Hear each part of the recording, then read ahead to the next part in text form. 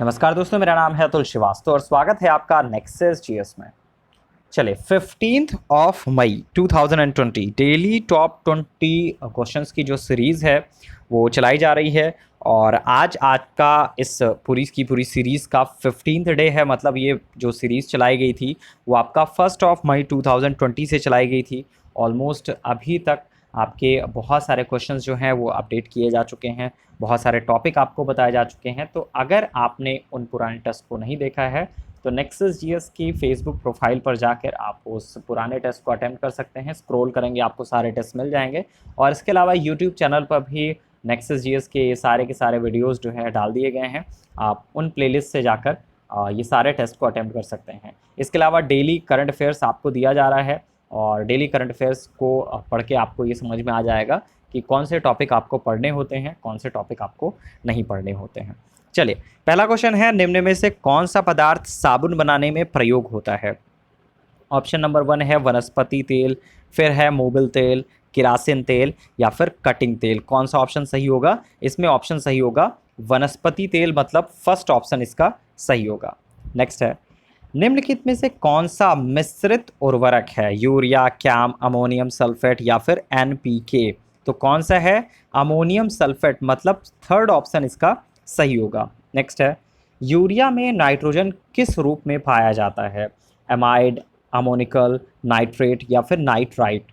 तो किस में पाया जाता है? ये पाया जाता है अमाइड में। थर्ड का फर्स्ट ऑप्शन सही होगा। नेक्स्ट है, निम्नलिखित ज्वालामुखियों में से किसे भूमध्य सागर का प्रकाश स्तंभ कहा जाता है? बहुत इजी क्वेश्चन है, बहुत बार एग्जामिनेशन में भी आया है और लगातार आपकी परीक्षाओं में पूछा जाता रहा है।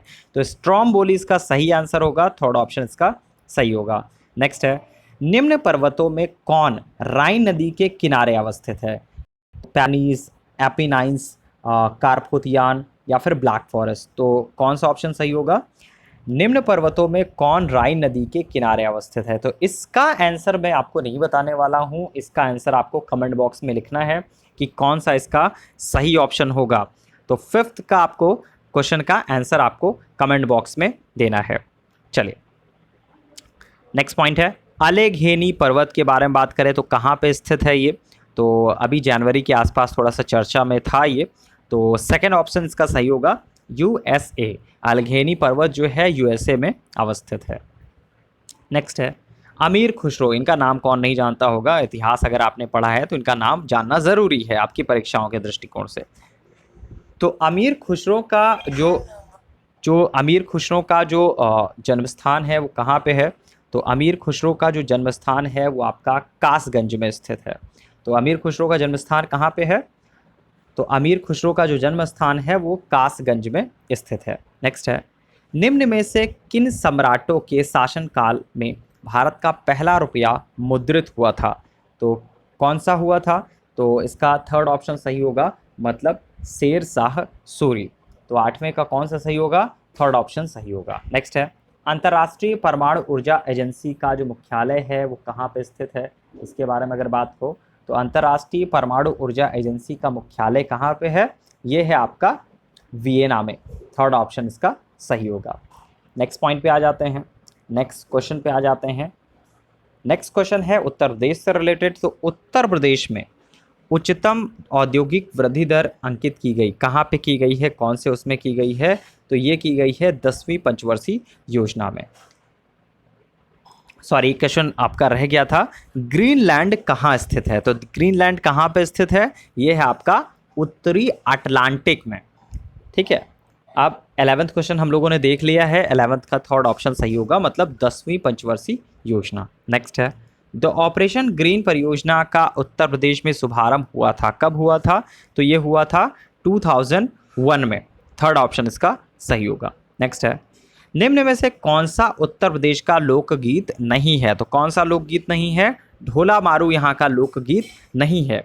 ठीक है, नेक्स्ट है, बहुत कम बोलने वालों के लिए एक शब्द अगर बोला जाए, क्योंकि समीक्षा अधिकारी के पेपर में आपका हिंदी भी आता है। ठीक है, तो बहुत कम बोलने वाले के लिए एक शब्द क्या होगा? ये होगा आपका मितव्ययी। तो बहुत कम बोलने वाले के लिए एक शब्द जो होगा वो क्या होगा? मितभाषी, मतलब सेकेंड ऑप्शन इसका सही होगा। नेक्स्ट है, वारण पर्यायवाची है। तो वारण किस चीज का पर्यायवाची है? ये है आपका हाथी का पर्यायवाची। तो अब जो क्वेश्चंस का पैटर्न हुआ है वो इस तरह से कि अल्टरनेट शब्द आ रहे हैं, तो ठीक पर्यायवाची पूछा जाता है आपकी परीक्षाओं में। तो वारण का पर्यायवाची क्या है? हाथी। नेक्स्ट है क्वेश्चन नंबर 16 पे आ जाते हैं हम लोग। हाल ही में उत्तर प्रदेश के किन जिलों में मेट्रो रेल परियोजना को मंजूरी प्रदान की गई है? ठीक है, तो किसको प्रदान की गई है? ये की गई है कानपुर और आगरा को। नेक्स्ट है संगम परियोजना का संबंध है। संगम परियोजना का संबंध किससे है? ये आपका स्वच्छता से संबंधित है।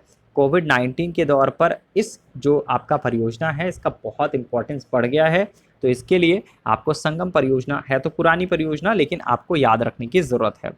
तो एग्जामिनेशन जो है जो आपका बोल सकते हैं कि अभी कल आपका यूपीपीसीएस आज जो आपका है यूपीपीसीएस की डेट भी इंक्रीज़ की गई है। जो फॉर्म फिल करने की डेट्स हैं वो इंक्रीज़ की गई हैं, तो फॉर्म फिल कर डालिए और तैयारी भी अपना उसी तरह से करिए जिस हिसाब से पेपर पूछे जाते हैं। ठीक है, पेपर किस पैटर्न पे पूछे जा रहे हैं इसको आपको फॉलो अप करना है।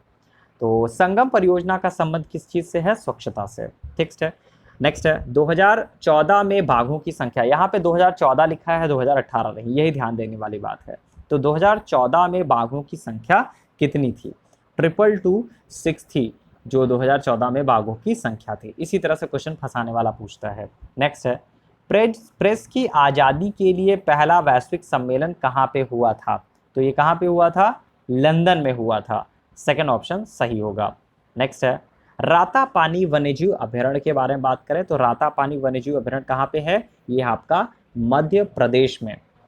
चलिए, तो ये रही आज की टॉप 20 क्वेश्चंस की सीरीज। और अगर आपको हमारे यहाँ एडमिशन लेना है, क्लासेस करनी है, तो लास्ट ईयर जो सिलेक्शन हुआ है, मतलब जो लास्ट बैच किया है 2000 अभी रिसेंट में समीक्षा अधिकारी का रिजल्ट आया है, तो उसमें हमारे यहाँ से 2 फाइनल सिलेक्शन हुए हैं, सिंधुजा मिश्रा जी का और इसके अलावा वासुदेव जी का, जो कि दोनों ही सचिवालय में सेलेक्ट हुए हैं।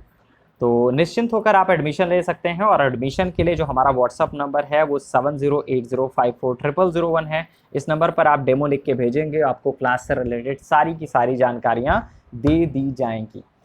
चलिए, फिलहाल 15 मई 2020 के जीएस के टॉप 20 क्वेश्चंस की सीरीज के लिए इतना ही। Thank you so much.